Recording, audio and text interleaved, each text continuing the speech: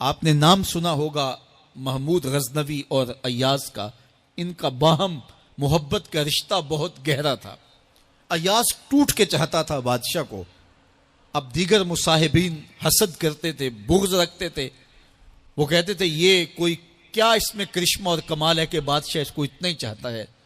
تو بادشاہ جب ان وزراء کا، مشیروں کا حسد حد سے بڑا ہوا دیکھا تو ایک دن سب کو اپنے دربار میں حاضر کیا۔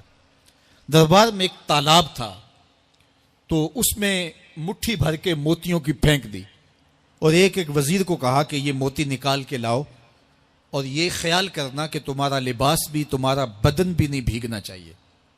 تو سب نے کہا کہ یہ عجیب بات ہے کہ حوض کی تہ سے موتی نکال کے لائیں اور لباس بھی نہ بھیگے اور بدن بھی نہ بھیگے، یہ تو لازمی ہوگا۔ پھر دوسرے وزیر کو کہتا کہ یہ موتی نکال کے لاؤ، تمہارا لباس بھی نہیں بھیگنا چاہیے، تمہارا بدن بھی نہیں بھیگنا چاہیے۔ تو وہ آگے سے حجت کرتا یہ کیسے ہو سکتا ہے کہ بدن بھی اور لباس بھی نہ بھیگے اور موتی بھی نکال لاؤں؟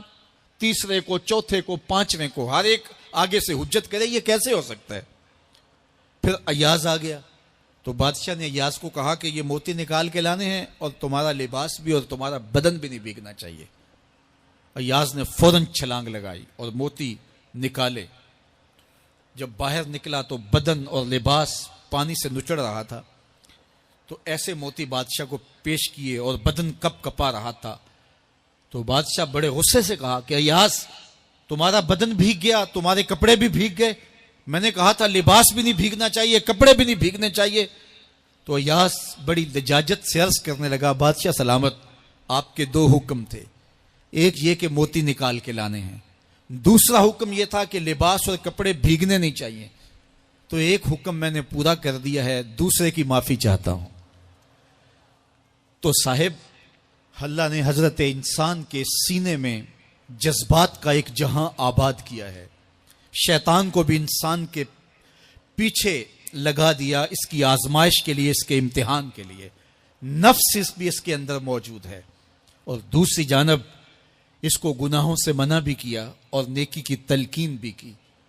اب کتنی مشکل زندگی ہے حضرت انسان کی، آئی جان شکنجے اندر جویں ویلنے دے وچ گنا، کتنی مشکل زندگی ہے۔ خواہشیں ہیں کہ آوارہ ہیں، آرزویں ہیں کہ بے قابو ہیں، اور دوسری جانب اللہ کا حکم ہے۔ اب کیا کرے؟ تو گناہ کرنے کے بعد پھر اللہ کے حضور توبہ کر لے، جو ممکن ہو وہ نیکی کرے، اور گناہ سے مقدور بچنے کی کوشش کرے، لیکن بشری تقاضوں کے تحت اگر اس سے گناہ کبھی سرزد ہو جائے تو اس پر اکڑے نہ اور اس پہ مصر نہ رہے، اس پہ اصرار نہ کرے، بلکہ فوراً اللہ کے حضور توبہ کرے۔ گناہ کرنے کے بعد بندہ جب توبہ کرتا ہے، التائب من الذنب کمن لا ذنب لہ، تو وہ ایسے ہوتا ہے جس طرح اس نے گناہ کیا ہوا ہی نہیں۔ بندہ 100 بار گناہ کر کے توبہ کرے، اللہ 100 بار معاف فرما دیتا۔ وہ کریم ہے، 70 ماؤں سے زیادہ پیار کرتا ہے۔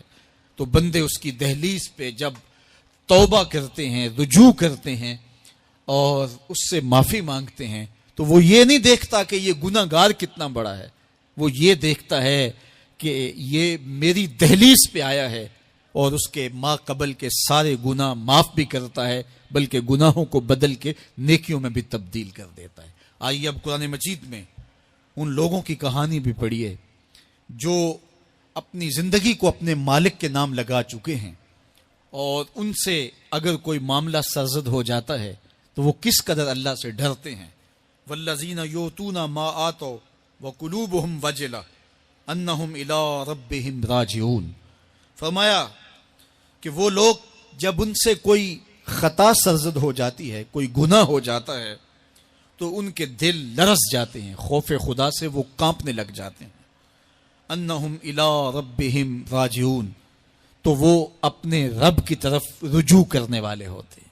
اگر ان سے کبھی کوئی گناہ سرزد ہو جائے، ان سے کوئی غلطی سرزد ہو جائے، تو پھر اس پہ ضد نہیں کرتے، اس پر مصر نہیں ہو جاتے، اس پر حجتیں اور دلیلیں نہیں لاتے، بلکہ وہ کیا کرتے ہیں، فوراً اللہ کے حضور رجوع کرتے ہیں اور معافی مانگتے ہیں۔ اور اللہ کو یہ بہت پسند ہے کہ کوئی مجھ سے معافی مانگے، اور اللہ انہیں معاف کر دیتا ہے۔ اللہ اکبر۔ حضرت عبداللہ ابن مسعود رضی اللہ تعالیٰ عنہ فرماتے ہیں کہ مومن کی یہ شان ہے کہ جب وہ گناہ کر بیٹھے تو وہ یوں محسوس کرتا ہے جس طرح پہاڑ تلے آ گیا ہے. یہ اس کی کیفیت ہے کہ گناہ کرنے کے بعد، نافرمانی کرنے کے بعد اس کا دل لرز اٹھتا ہے. وَقُلُوبُهُمْ وَجِلَةٌ، ان کے دل خوف خدا سے لرزنے لگ جاتے ہیں کہ ہم سے یہ گناہ کیوں سرزد ہو گیا، یہ تو اللہ کی ناراضگی کا سبب ہے. تو حضرت عبداللہ ابن مسعود فرماتے ہیں یوں محسوس کرتے ہیں جس طرح پہاڑ تلے آ گیا ہے اور پہاڑ ابھی گر جائے گا اور انہیں کچل دے گا. تو وہ جلدی جلدی تلافی کرتے ہیں، توبہ کرتے ہیں، رجوع اللہ کرتے ہیں تاکہ ہمارا گناہ معاف ہو جائے. اور منافق کی مثال بھی بیان کی گئی. جب وہ گناہ کرتا ہے تو یوں محسوس کرتا ہے جیسے بدن پہ مکھی بیٹھی تھی، ہلکے اشارے سے اڑا دی. سویر سے لے کر شام تک کتنی بار ہم اپنے بدن پہ بیٹھی مکھیاں اڑا دیتے ہیں اور ہمیں شام کو یاد بھی نہیں ہوتا کہ یہ عمل ہم نے کتنی بار کیا ہے. میں اور آپ اپنے اندر اتر کر کے دیکھ سکتے ہیں ہماری کیفیت باطن کیا ہے. نمازیں چھوڑی، جھوٹ بولا، غیبت کی، چغلی کی، کسی کا دل دکھایا، کسی کو تکلیف دی، گالی گلوچ کیا، سب و شتم کیا، سویر سے شام تک کیا کیا گناہ کیے. کبھی خیال بھٹکے، کبھی سوچیں آوارہ ہوئیں، کبھی نگاہوں نے بدکاریاں کی، کبھی زبان نے جرم کیے، اور شام کو ہمیں یاد بھی نہیں ہوتا کہ آج ہم نے کیا کیا جرائم کیے، آج ہم نے کیا کیا گناہ کیے. اگر ہماری یہ کیفیت ہے تو یہ عملی نفاق ہے کہ بدن پہ مکھی بیٹھی اور اڑا دی. اور اگر ہماری کیفیت یہ ہے کہ گناہ کے بعد یہ محسوس ہوتا ہے کہ ہم پہاڑ تلے آ گئے اور اللہ کی ناراضگی ہم نے مول لے لیے اور جلدی جلدی توبہ کر کے رجوع کرنے کی جانب بڑھتے ہیں، تو پھر مبارک ہو. نہیں تو مجھے اور آپ کو اپنا محاسبہ کرنا چاہیے. ہمارے دلوں پر زنگ چڑھ گئے ہیں اور ہماری کیفیت یہ ہو گئی ہے کہ گناہ کرنے کے بعد بھی ہم ڈٹے رہتے ہیں. جبکہ زندگی اصحاب رسول کی دیکھیے ان سے بھی کبھی کوئی خطا سرزد ہو جاتی تو وہ فوراً اس گناہ کی تلافی کے لیے حضور کی بارگاہ میں حاضر ہو جاتے. حضرت ابو لبابہ رضی اللہ تعالیٰ عنہ نے اپنے آپ کو مسجد نبوی کے ستون کے ساتھ بندھوا دیا اور کہا کہ جب تک میری معافی نہیں ہوگی تب تک اپنے آپ کو کھلواؤں گا نہیں. اور پھر جب ان کی بخشش کا اعلان ہوا تو پھر حضور کے ہاتھوں سے اپنے آپ کو انہوں نے کھلوایا. ایک خاتون حضور کی خدمت میں حاضر ہوئی اور عرض کی یا رسول اللہ صلی اللہ علیہ وسلم، مجھ سے بدکاری سرزد ہو گئی ہے اور میرے پیٹ میں بچہ ہے اور میں چاہتی ہوں کہ آخرت کی سزا کی بجائے دنیا کے اوپر اس کی سزا مجھے دے دی جائے تاکہ میں پاک ہو جاؤں اور صاف ہو جاؤں، کیونکہ آخرت کی سزائیں بہت سخت ہیں. اللہ کے محبوب علیہ السلام نے جبریل امین سے ایک دن پوچھا تھا مجھے جہنم کے عذابوں کا ذکر سناؤ.